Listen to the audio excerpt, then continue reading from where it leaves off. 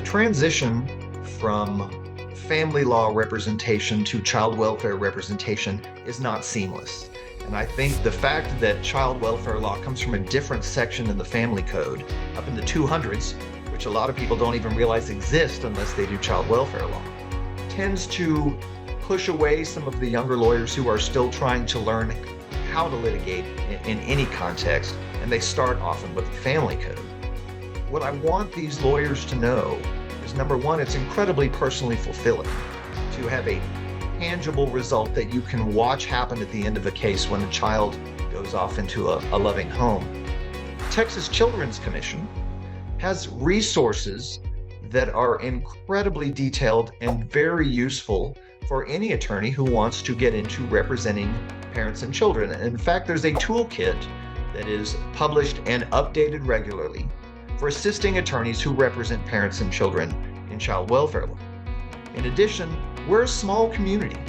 There aren't that many lawyers who do this work, and we tend to help each other and lift each other up so that the outcome is something we can all be proud of. We may be on different sides, whether it's the court or the child or the mother or the father's representative, or even a guardian ad litem.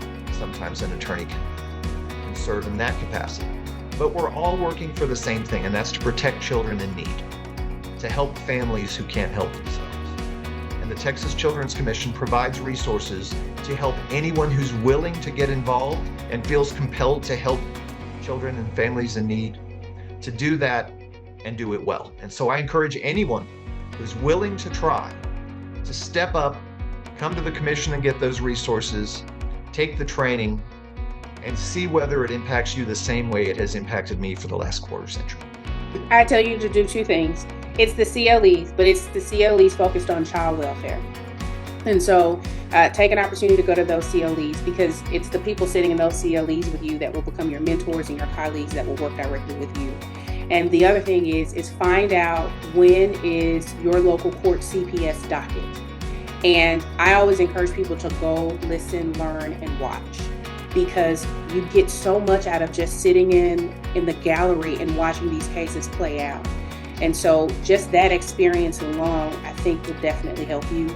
The only thing I would add is, we need more people. We need people that are going to be invested. We need people that really care about children and about making differences in people's lives. I definitely would suggest at least trying it out. I didn't want to try it out before I did it. I really didn't think it would be something that I would enjoy. And yet it's become my passion. So give it a try and see if you like it.